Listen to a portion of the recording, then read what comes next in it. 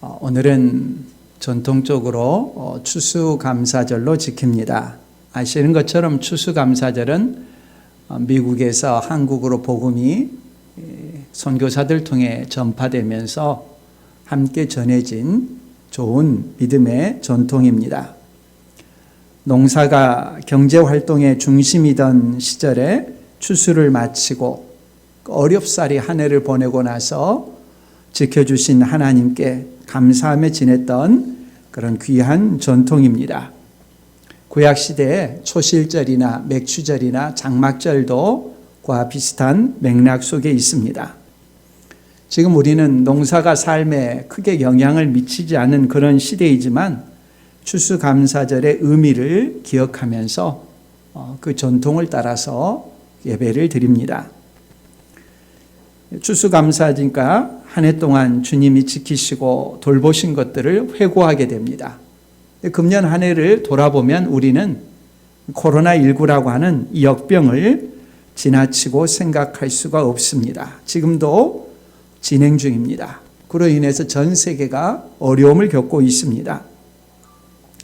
코로나19 때문에 어느 때보다 힘들었다 하는 분들이 적지 않습니다. 그뿐 아니라 어떤 분들은 그로 인해서 개인적으로 어려움을 겪기도 하고 속한 직장이 어려움에 처해 있기도 합니다. 그렇게 어렵고 힘든 처지와 형편 가운데 있는 분들에게 오늘 말씀에 나오는 욥은 동병상련이 될 것입니다. 욥은 전에 전혀 경험하지 못했고 상상조차 할 수 없었던 어려움을 겪으면서 하나님 앞에 찬송하고 있습니다. 오늘 말씀을 통해서 욥이 도대체 어떤 사람인가? 욥이 왜 고난과 어려움을 겪고 있는가? 그리고 욥은 고난 중에도 하나님께 찬송을 했다고 하는데 무엇이 욥으로 하여금 그렇게 하나님께 고난 가운데도 찬송하게 했을까 하는 내용에 대해서 차례대로 살펴보려고 합니다. 말씀을 대하기 전에 우리가 먼저 기억해야 되는 것은 욥은 우리와 다른 처음부터 믿음이 좋은 사람이었다. 나와는 급이 다르다. 이렇게 생각해서는 안 되는 것입니다. 욥의 기준이 성경적인 기준이고 우리도 그와 같은 삶을 살아야 된다는 그런 기준을 우리가 생각해 봐야 합니다. 처음부터 나와 다르다 생각할 것이 아니라 하나님께서 이와 같은 사람으로 각 사람에게 원하신다. 이런 기준을 가져야 할 것입니다. 먼저 욥이 어떤 사람인가 성경에서 명백하게 설명해 주고 있습니다. 1장 1절 말씀에 보면 우스 땅에 욥이라 불리는 사람이 있었는데 그 사람은 온전하고 정직하여 하나님을 경외하며 악에서 떠난 자더라. 네 가지로 설명합니다. 마치 이것은 어떤 사물을 세워놓고 그 사물을 동서남북 사방에서 바라보며 묘사하는 것 같습니다. 네 가지로 묘사하고 있기 때문에 입체적으로 모든 방면에서 한 사람을 다 보았을 때 흠잡을 데 없이 너무도 훌륭한 사람이었다는 표현입니다. 그리고 2절과 3절은 욥의 가족과 재산을 소개하는데요. 7남 3녀를 두었다고 합니다. 재산도 양이 7천, 낙타가 3천, 소가 500결이, 500결이니까 1000마리겠죠. 암낙이 500마리에 많은 종이 있었다고 합니다. 예전에는 부를 평가하는 방식이 이랬겠죠. 그 중에 하나만 놓고 보더라도 낙타가 3000, 낙타만 두었겠습니까? 낙타를 먹일 수 있는 여러 시설들이 필요할 것이고 보관할 수 있는 넓은 땅이 있어야 되겠죠. 대단한 부자입니다. 그래서 이 사람은 동방 사람 중에 가장 훌륭한 자라라고 성경이 평합니다. 만일에 노아 홍수가 다시 있다고 한다면 온 세상 사람들을 다 심판하고 한 사람과 그 가정만을 다시 노아처럼 살려둔다고 했을 때 틀림없이 욥이 뽑힐 것입니다. 그는 대단한 신앙의 경건한 사람이었습니다. 특별한 예를 들어서 욥이 얼마나 경건한 사람인가 하는 것을 욥기 1장 4, 5절 말씀에 예증하고 있습니다. 자녀들이 생일잔치를 합니다. 생일잔치를 하고 나면 그 다음날 혹시 생일 중에 그들이 들떠가지고 분위기 때문에 자기도 모르게 어떤 잘못되고 불경건한 말이 나왔을까봐 다음날 아침에 가족들을 모아놓고 자녀 수대로 번제를 드렸다라고 합니다. 이런 욕과 같은 믿음의 사람이라면, 어디를 보더라도 흠잡을 수 없이 경건한 사람이라고 한다면, 이런 사람들이 계속해서 행복하고 기쁜 일만 계속된다는 거, 당연한 일로 생각되지 않겠습니까? 그런데 그렇지 않았다고 말씀합니다. 악한 사람에게도 일어나지 않을 일이 이처럼 경건한 사람에게 일어났다고 오늘 우리가 읽은 본문 내용에서 말씀하고 있습니다. 하나만 일어나도 큰 충격을 받을 일이 연달아서 4시나 일어났습니다. 그것도 단 하루 만에. 첫 번째 일은 14, 15절 말씀인데요. 사환이 욥에게 와서 아뢰되 소는 밭을 갈고 나귀는 그 곁에서 풀을 먹는데 스바 사람이 갑자기 이르러 그것들을 빼앗고 칼로 종들을 죽였나이다. 나만 홀로 피하였으므로 주인께 아뢰러 왔나이다. 그 많던 소와 나귀를 다 빼앗겼다고 합니다. 지산상의 손실이 이루 말할 수 없죠. 또 소식을 전하러 온 그 종 한 사람만 제외하고 모든 종들이 다 살해를 당했습니다. 그 충격이 아직도 가시기도 전에 연달아서 두 번째 소식이 전달됩니다. 16절, 그가 아직 말하는 동안에 또 한 사람이 와서 아뢰되 하나님의 불이 하늘에서 떨어져서 양과 종들을 살라버렸나이다. 나만 홀로 피하였으므로 주인께 아뢰러 왔나이다. 첫 번째 빼앗긴 것은 자기가 어떻게 힘을 다시 기르고 방법을 써서 되찾을 수 있겠다는 생각이라도 할 수 있는데, 두 번째 내용은 하늘에서 불이 내려와 가지고 그 많던 양들, 종들을 다 불살라 버렸다는 것입니다. 회복할 수 없는 그런 재난을 받게 된 것이죠. 이 말 역시 아직 끝나기도 전에 세 번째로 17절에 그가 아직 말하는 동안에 또 한 사람이 와서 아뢰되 갈대아 사람이 새 무리를 지어 갑자기 낙타에게 달려들어 그것을 빼앗으며 칼로 종들을 죽였나이다. 나만 홀로 피하였으므로 주인께 아뢰러 왔나이다. 갈대아 사람들이 공격을 했습니다. 낙타를 다 빼앗았습니다. 종들 역시 이번에도 보고하러 온 한 사람을 놔두고 다 죽였다는 것입니다. 큰 충격을 잇따라 받았겠죠. 이제는 무슨 말을 하더라도 더 이상 놀라지 않을 만큼 엄청난 그런 상태에 있습니다. 그런데 이런 세 가지 소식이 연달아 오는 가운데 네 번째, 또 18절에 보면 그가 아직 말하는 동안에 또 한 사람이 와서 아뢰되 주인의 자녀들이 그들의 맏아들의 집에서 음식을 먹으며 포도주를 마시는데 거친 들에서 큰 바람이 와서 집 내 모퉁이를 치매 그 청년들 위에 무너짐으로 그들이 죽었나이다. 나만 홀로 피하였으므로 주인께 아뢰러 왔나이다 한지라. 재산을 잃은 것도 충격이었는데 7남 3녀나 되는 자녀들이 한꺼번에 몰살당했다는 소식입니다. 하루 만에 모든 재산을 다 잃었습니다. 전날만 해도 동방의 갑부 1위였습니다. 제1의 부자였습니다. 그러나 통계는 숫자에 불과하다는 것을 분명히 증명하고 있습니다. 전 재산 빵원에 무일푼이 되고 말았습니다. 재산은 둘째 치더라도 자녀들마저 다 잃고 말았습니다. 한두 명이 아니라 10명 전부를 잃었습니다. 왜 욥에게 그런 고난이 임합니까? 욥에게 당한 고난의 원인은 어디에 있습니까? 종들 사환의 보고에 따르면은 스바 사람이 공격했고 갈대아 사람이 공격했고 하늘에서 불이 내려왔고 큰 바람이 불었다. 이렇게 원인을 설명합니다. 그러나 우리는 그것이 고난의 원인이 다가 아니라는 것을 금방 알 수 있습니다. 사람들이 어렵고 힘든 일을 겪게 되면 누구나 자연스럽게 왜 내게 그런 고난이 올까라는 것을 따지게 되어 있습니다. 왜 다른 사람에게는 힘든 일이 생기지 않는데 나에게만 그렇게 힘들고 어려운 일이 계속해서 생기는가 묻고 따지게 되어 있습니다. 그럴 때 함부로 인과관계를 속단해서는 안 됩니다. 그 인과관계는 누구도 완벽하게 제대로 다 설명해 줄 사람은 없습니다. 욥에 대한 소개에 있어서 욥이 천벌을 받아 마땅한 삶을 살았다고 성경은 말하지 않습니다. 그는 누구보다도 경건한 사람이었습니다. 그럼에도 불구하고 하루에 연달아서 4번이나 재난을 당했습니다.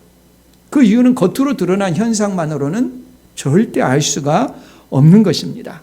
아무리 조사를 해도 알 수가 없습니다. 혹시 퍼즐 맞추기를 해보셨습니까? 저도 가끔 아이들에게 1000피스 같은 1000조각으로 된 걸 가져다 주면서 맞춰보라고 합니다. 그런데 그 1000개나 되는 조각 가운데 한두 개를 빼고 맞추라고 하면은 훨씬 힘이 듭니다. 중간에 한두 개를 빼놓고 보면은 아이들은 그걸 맞추기 위해서 나머지 것들을 부지런히 갖다가 이게 맞나 저게 맞나 해보지만은 맞지가 않습니다. 왜 그렇습니까? 원래부터 그 조각은 빼놓고 주었기 때문입니다. 이 빼진 상태에서는 몇 배의 수고가 들어가게 되어 있습니다. 욥이 당한 고난의 원인이 무엇인가 하는 것은 이 1000피스 조각에서 1000개의 조각에서 오히려 한두 개만 주고서 나머지를 맞추라고 하는 것과 같습니다. 나머지 것은 도무지 알 수가 없습니다.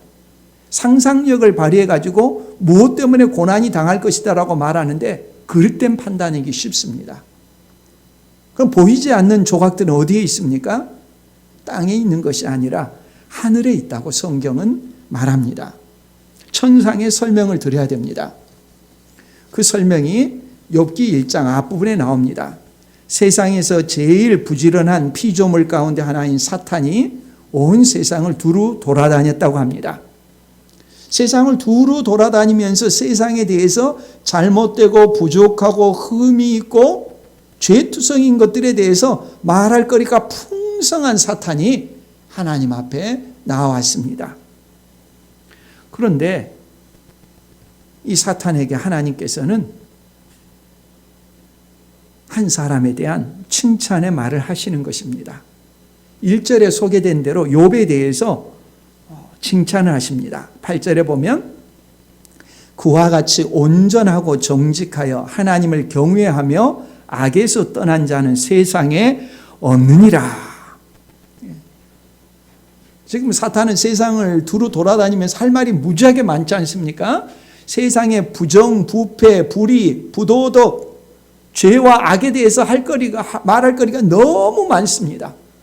그런데 하나님은 그런 이야기는 전혀 하지 않으시고 세상의 부정적인 면, 죄악된 면, 잘못된 부분을 말씀하며 한탄하시는 것이 아니라 이렇게 경건한 한 사람이 있다라고 욥을 칭찬하는 것입니다. 비유로 말하자면 이런 것이죠. 온 세상을 두루 다니면서 삼킬 자를 찾는, 먹잇감을 찾는 욥에게, 이 사탄에게 하나님께서 하시는 말씀이 비유로 말하면 이런 것입니다. 어느 보석상에 도둑이 들었습니다. 도둑이 들어가지고 값진 보석들을 훔쳐가려고 이렇게 한번 훑어보고 있는데 갑자기 주인이 들어왔습니다. 주인은 그 사람이 도둑인 줄 압니다. 근데 주인이 그 도둑을 보면서 하는 말이 우리 집에 있는 보석 가운데 제일 값지고 귀한 보석을 보여주겠다. 찾을 수 없는 곳에 가가지고 그 보석을 가지고 와서 도둑에게 보여주는 것과 같습니다. 지금 하나님께서 그렇게 하시는 것입니다. 하나님은 사탄의 공격 대상이 될 것을 아시면서도 욥을 너무너무 기뻐하셨습니다. 이런 사람이 없다. 하나님께서 욥을 칭찬하시는 그 말을 듣자 사탄은 속이 확 뒤집혔습니다. 사탄의 심사는 남이 잘 되는 것, 사랑받는 것을 시기하고 미워하는 특징을 지녔기 때문이죠. 그래서 사탄이 한마디 합니다. 욥이 하나님을 경외하는 것은 이유가 있습니다 라고 반론을 제시하는 것입니다. 9절 이하에 보면 사탄이 여호와께 대답하여 이르되 욥이 어찌 까닭 없이 하나님을 경외하리이까? 주께서 그와 그의 집과 그의 모든 소유물을 울타리로 두르심 때문이 아니니까? 주께서 그의 손으로 하는 바를 복되게 하사 그의 소유물이 땅에 넘치게 하셨음이니이다. 욥이 왜 하나님을 경외하는 줄 압니까? 내가 말씀드리죠. 욥은 그가 누리고 있는 그 복의 겨운 모습, 그걸 계속 유지하기 위해서, 그렇게 하나님께 예배드리지 않으면 하나님께서 그것을 다 빼앗아 가실까 봐, 그 경계를 허물어 버릴까 봐, 그래서 하나님을 섬기는 척하는 것입니다. 그의 믿음은 다 재산 때문입니다. 그걸 지키기 위해서 그런 신용을 하는 것입니다. 하나님을 경외하기 때문에 경건한 삶을 사는 것이 아니라 재산을 보존하기 위해서 하나님을 경외하는 모습을 보이는 것이다. 이렇게 뒤집어서 사탄은 말하고 있습니다. 하나님은 사람의 중심을 아시지 않습니까? 중심을 보고 그대로 말씀하시지만 사탄은 사람의 중심을 보는 능력이 없습니다. 끊임없이 시험하고 유혹하고, 이게 사탄의 존재의 한계죠. 하나님은 욥의 중심을 아시면서 말씀하시지만 사탄은 그렇지가 못합니다. 자기의 많은 경험을 가지고 욥도 마찬가지일 거라고 그렇게 속단하고 있습니다. 사탄은 만일 욥의 재산을 빼앗으면 재산 때문에 하나님을 섬기던 그 욥의 모습이, 그 욥의 진면목이 드러날 것이라고 주장을 했습니다. 그러면서 그가 요청을 하죠. 11절, 이제 주의 손을 펴서 그의 모든 소유물을 치소서. 그리하시면 틀림없이 주를 향하여 욕하지 않겠나이까.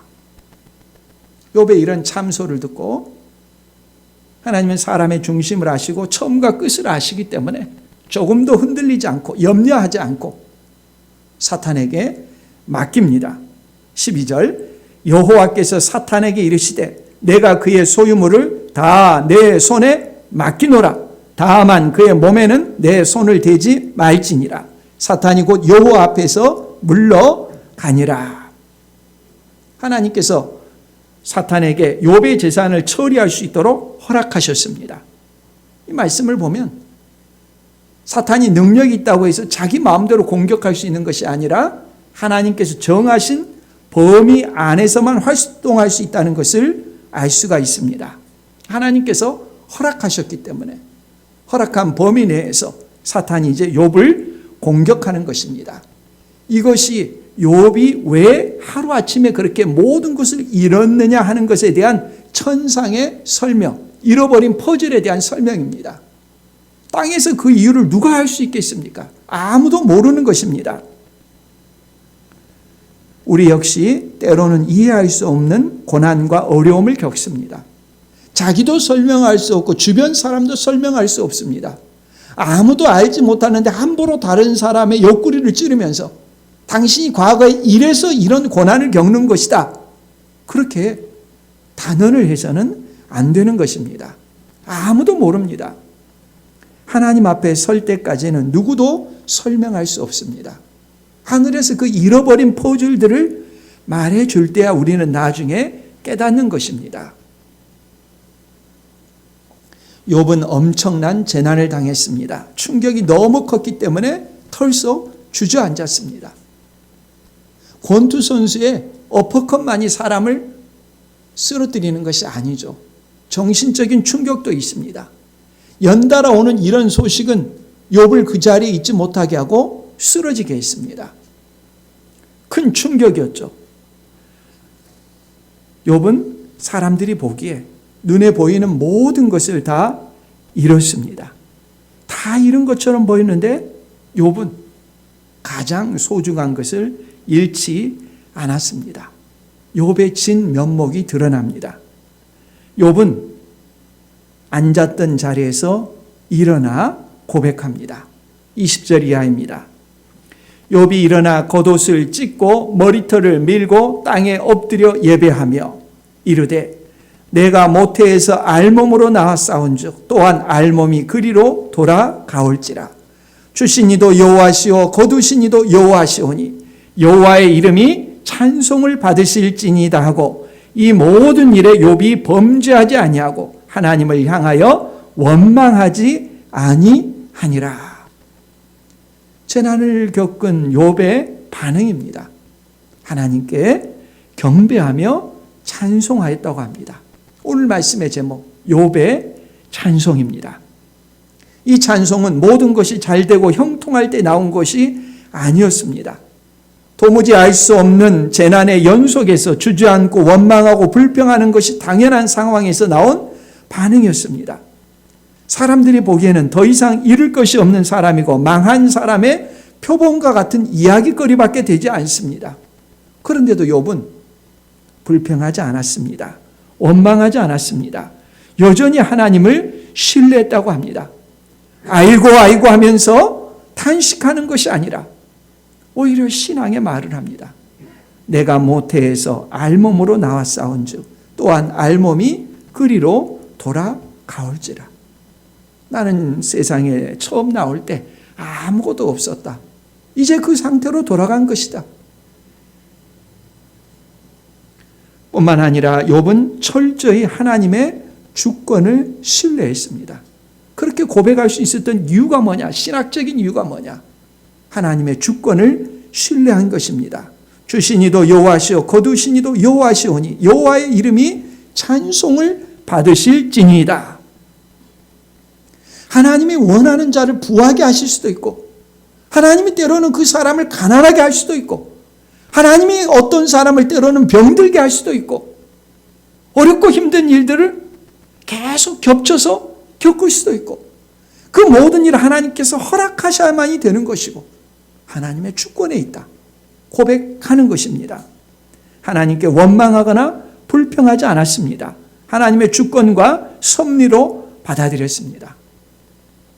그러자 사탄의 계략과 공격, 그 주장은 어긋나고 잘못됐다는 것이 분명히 드러났습니다.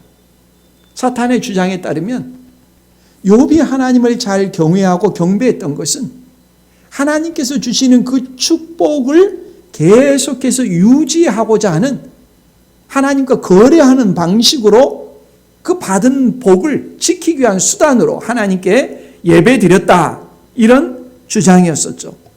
그러나 욥은 상거래하듯이 하나님과 주고받은 것이 아니었음을 그 모든 재산들을 다 잃고 보인 반응에서 알 수 있습니다.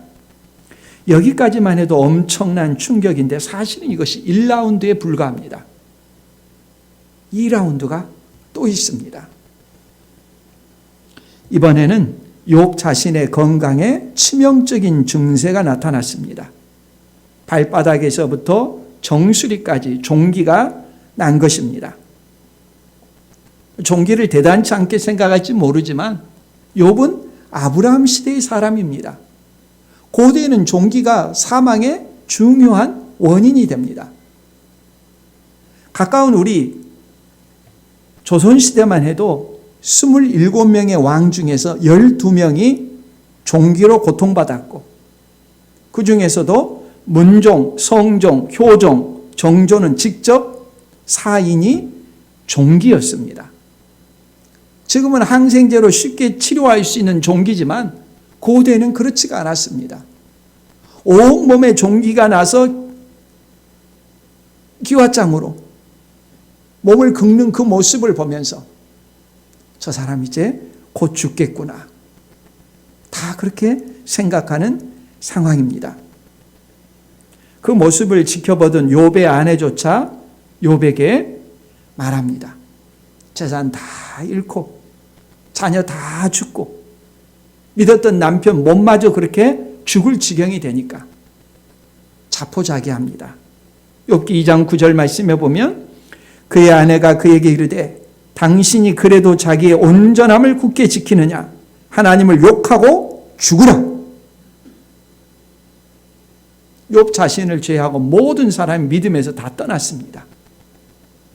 욥이 처한 그 상황을 보니까 하나님은 계시지 않거나 하나님은 욥을 지켜줄 수 없거나 욥의 경건의 삶에도 불구하고 그의 삶을 지켜주지 않는 하나님은 무력해 보이고 떠나 계시고 계시지 않는 것처럼 생각되는 사람들의 이치에 당연한 반응을 욥의 아내가 보이고 있습니다. 그러면 왜 욥의 건강에 이처럼 변화가 생기고 고통스러운 상황에 이르게 되었습니까? 역시 세상의 인과관계만으로는, 이 땅에 있는 것만으로는 이 퍼즐이 풀려지지가 않는 것입니다. 이 퍼즐 역시 답은 하늘에 있습니다. 사탄이 욥을 그렇게 공격하고 재산을 다 그냥 없애버린 다음에 이 실험을 마치고 나서 다시 또 하나님 앞으로 가십니다. 이번에도 하나님께서는 욥을 칭찬하셨다고 합니다. 욥기 2장 3절 말씀에 여호와께서 사탄에게 이르시되 네가 내 종 욥을 주의하여 보았느냐? 그와 같이 온전하고 정직하여 하나님을 경외하며 악에서 떠난 자가 세상에 없느니라. 네가 나를 충동하여 까닭 없이 그를 치게 하였어도 그가 여전히 자기의 온전함을 굳게 지켰느니라. 하나님의 욥을 하심이 정확하죠. 욥의 이런 모습에 대해서 사탄은 여전히 승복하지 않습니다. 사탄의 특징이 그렇죠. 재산을 잃고 자식을 잃었다고 해도 욥은 아직 자기 몸이 건강하니까 그러는 것입니다.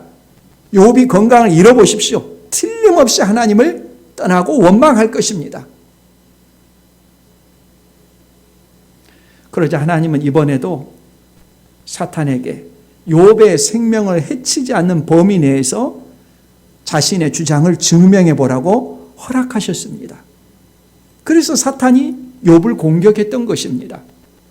욥의 온몸에 종기가 나가지고 질그릇 조각으로 자기 몸에 그 가려움을 긁으면서 고통을 호소하는 그런 상황이었죠. 그러나 욥은 건강을 잃고서도 하나님을 원망하지 않았습니다. 모든 것이 잘 될 때만 감사하는 것이 아니었습니다. 홈런을 칠 때만, 골인을 넣을 때만, 시험에 합격할 때만, 승진을 할 때만, 집을 살 때만, 모든 것이 잘 될 때만 감사하는 건 세상 누구나 할 수 있습니다. 어떤 처지나 형편에서도 감사함으로 반응하는 사람이 하나님께 영광을 돌리는 사람입니다. 사울이 예수를 그리스도라고 부르는 사람들을 박해하고 저 멀리 다메섹으로 다른 나라에까지 가서 예수를 그리스도라 부르는 사람들을 체포해서 오려고 가는 도중에 다메섹이라는 곳에서, 다메섹 도상에서 부활하신 그리스도를 만났죠. 눈이 멀어졌습니다. 사흘 동안 앞을 보지 못합니다. 다른 사람의 손에 끌려가지고 갔습니다. 그때 하나님께서 아나니아라는 사람을 불러가지고 말씀하십니다. 내 종 택한 그릇이 있다. 사울에게 가서 세례를 줘라. 그러자 아나니아가 깜짝 놀랍니다. 아니, 사울이 누군지 모르십니까? 사울은 예수를 그리스도라 부르는 사람들을 박해하는 사람입니다. 끔찍한 일을 할 그 사람을 어떻게 눈을 뜨게 하고 어떻게 그 사람을 만나러 갑니까? 할 수 없다고 손사래를 치죠. 근데 하나님께서 아나니아에게 뭐라고 말씀하십니까? 사도행전 9장 15, 16절 말씀입니다. 주께서 이르시되 가라, 이 사람은 내 이름을 이방인과 임금들과 이스라엘 자손들에게 전하기 위하여 택한 나의 그릇이라. 선교를 위해서 택한 하나님의 그릇이라는 것입니다. 하나님께서 택한 그릇이면 모든 것이 승승장구해야 될 것 같지 않습니까? 16절. 그가 내 이름을 위하여 얼마나 고난을 받아야 할 것을 내가 그에게 보이리라 하시리니. 하나님께서 택한 그릇인데 전지전능한 하나님께서 이 사울을, 이름을 계명하면 이 바울을 돌보시고 보호하시고 지켜주시고 하나님의 능력을 보여줘서 아무도 대적하지 못할 그런 놀라운 사람으로 만들어주겠다. 그런 약속을 하시는 것이 아니라 택한 하나님의 그릇인데 고난을 받게 하시겠다고 말씀합니다.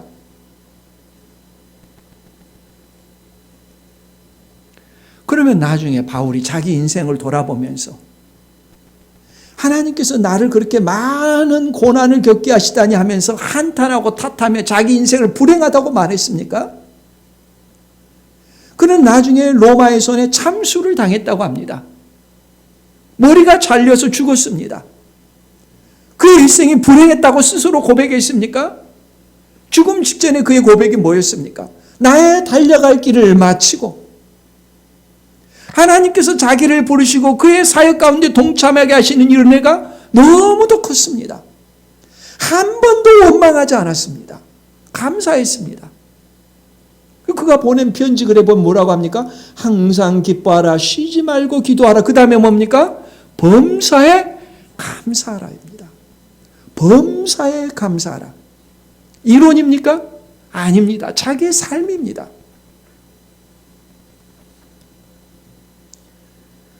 인생의 의미는 이 세상에서 부하고 건강하고 성공한 것에 달린 것이 아닙니다. 믿음의 사람이냐 하는 것입니다. 하나님께서 욥을 믿어주시는 것이 너무도 놀랍고 놀랍습니다. 하나님께서 욥에게 보이신 신뢰는 조금도 어긋남이 없었습니다. 자신의 온몸에 난 종기를 질그릇 조각으로 긁어 피고름이 터져 나오면서도 믿음을 떠나지 않았습니다. 그 모습을 보면서 욥의 아내는 욥의 가정에 임한 고난을 견디지 못하고 하나님을 욕하고 죽으라고 했습니다. 그거 봐라고. 당신이 믿는 하나님 당신을 보호하지 못하는 거 아니냐고. 당신 하나도 지켜주지 못하는데 무슨 하나님을 믿고 신뢰하느냐고 욕하고 죽으라고 했습니다. 그러나 이번에도 욥이 보인 반응은 한결같았다고 합니다. 욥기 2장 10절 말씀에 보면 그가 이르되 그대의 말이 한 어리석은 여자의 말 같도다. 우리가 하나님께 복을 받았은즉 화도 받지 아니하겠느냐 하고 이 모든 일에 욥이 입술로 범죄하지 아니하니라. 하나님께 복을 받았은즉 화도 받지 않겠느냐. 그 신학은 뭡니까? 하나님의 주권과 섭리를 철저하게 믿고 신뢰하는 것입니다. 고난 가운데 있을지라도 하나님께서 나와 함께 하신다. 고난을 모든 것으로 보는 것이 아니라 눈에 보이는 것이 전부 다가 아니라 하나님께서 통치하고 다스리고 지키시고 보호하신다는 것을 믿었던 것입니다. 욥은 하늘의 일을 모릅니다. 하늘의 일을 모르지만 땅에 일어난 일 가운데서도 실망하지 않고 철저히 하나님의 주권을 신뢰했습니다. 고난이 믿음을 없애버린 것이 아닙니다. 재산을 잃는다고 자녀들이 먼저 세상을 떠났고 자신의 건강이 이상이 왔다고 믿음을 잃지 않았습니다. 추수감사절을 맞아 한 해를 돌아보면서 우리가 풍성한 수확이 있을 때만이 아니라 때로는 고난과 역경이 있다 하더라도 욥처럼 모든 것을 다 잃었다 하더라도 우리가 믿음을 잃지 않고 하나님께 감사하는 것이 중요하다는 것을 알 수가 있습니다. 모든 일에 감사하는 것, 이것이 하나님께서 가르쳐 주신 하나님의 백성들의 삶의 모습입니다. 목사의 중요한 의무 가운데 하나는 성도들이 재난의 때에도 하나님의 주권과 섭리를 신뢰하는 믿음의 사람으로 준비시키는 것입니다. 왜 나에게만 이런 일이 옵니까? 라고 말하는 것이 아니라 그런 고난의 때에도 하나님을 경외하는 모습을 보이는 성도로 양육하는 것, 그 사실을 믿도록 신뢰하도록 하는 것, 이 가르침을 견지하게 하는 것입니다. 성도가 임종의 때에 두려워하지 않고 이제 주님이 나를 부르시는구나 하고 소망을 가지고 주님의 나라로 가는 것을 고백하고 대망하는 그 모습을 보는 것처럼 보람차고 아름다운 때가 없습니다. 그러나 세상은 마귀의 논리가 지배하고 있습니다. 마귀의 논리가 무엇입니까? 물질적인 복을 누리기 위해서 하나님을 섬기는 것입니다. 내가 이렇게 많이 하나님을 열심으로 섬기고 있으니까 하나님께서 내게 물질적인 복을 주실 것이다. 그렇게 말하는 논리입니다. 그런 생각으로는 고난의 때를 감당할 수가 없습니다. 고난의 때가 되면 그 사람이 추수한 알곡인지 아니면 쭉정인지가 드러나게 됩니다. 욥의 믿음이 참된 모습입니다. 고난의 때에도 하나님을 믿고 신뢰하는 것입니다. 결과만을 가지고 모든 것을 말할 수는 없습니다. 물론 욥의 결과는 욥기 42장에 보면 정확하게 2배의 복을 받습니다. 물론 욥처럼 그렇게 이 세상에서 2배의 복을 받는 경우도 있지만 바울처럼 참수형으로 죽는 경우도 있습니다. 세상의 부와 명예, 번영과 건강은 오래 가지 않습니다. 세계의 최강대국 미국의 대통령도 무대에서 시간이 되면 사라져야 됩니다. 하루에도 수백 개, 수천의 사건, 사고들이 발생합니다. 죽음의 그림자가 곳곳에 드리워져 있습니다. 사람들은 두려워하면서 자기에게 일어나지 않았으면 하는 일들이 의도하지 않게 자기에게 발생하는 경우들이 있습니다. 무일푼의 가난일 수도 있고 몸에 병이 들 수도 있습니다. 그럴 때 두려워하지 않고 하나님의 주권을 신뢰하며 믿음의 길을 가는 것이 중요합니다. 무엇 때문에 그렇게 할 수 있습니까? 하나님의 사랑을 믿기 때문입니다. 하나님의 사랑을 믿기 때문에 어떤 상황에서도 요동하거나 흔들리지 않고 하나님 앞에 나아갈 수 있는 것입니다. 독생자 예수 그리스도를 우리를 위해 보내주신 그 하나님의 사랑은 역경 속에도 떠나지 않는다는 것을 우리가 굳게 신뢰합니다. 우리가 잘 아는 사도 바울의 고백이 있지 않습니까? 로마서 8장 35절에 보면 누가 우리를 그리스도의 사랑에서 끊으리요? 환난이나 곤고나 박해나 기근이나 적신이나 위험이나 칼이랴. 기록된 바 우리가 종일 주를 위하여 죽임을 당하게 되고 도살당할 양같이 여김을 받았나이다 함과 같으니라. 그러나 이 모든 일에 우리를 사랑하시는 그리스도로 말미암아 우리가 넉넉히 이기느니라.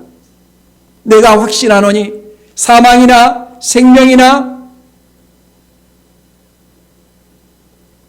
천사들이나 권세자들이나 현재일이나 장래일이나 능력이나 높음이나 깊음이나 다른 어떤 피조물이라도 우리를 우리 주 그리스도 예수 안에 있는 하나님의 사랑에서 끊을 수 없으리라. 끊을 수 없으리라. 이 확신을 가지고 살아가는 우리 모두가 될 수 있기를 바랍니다.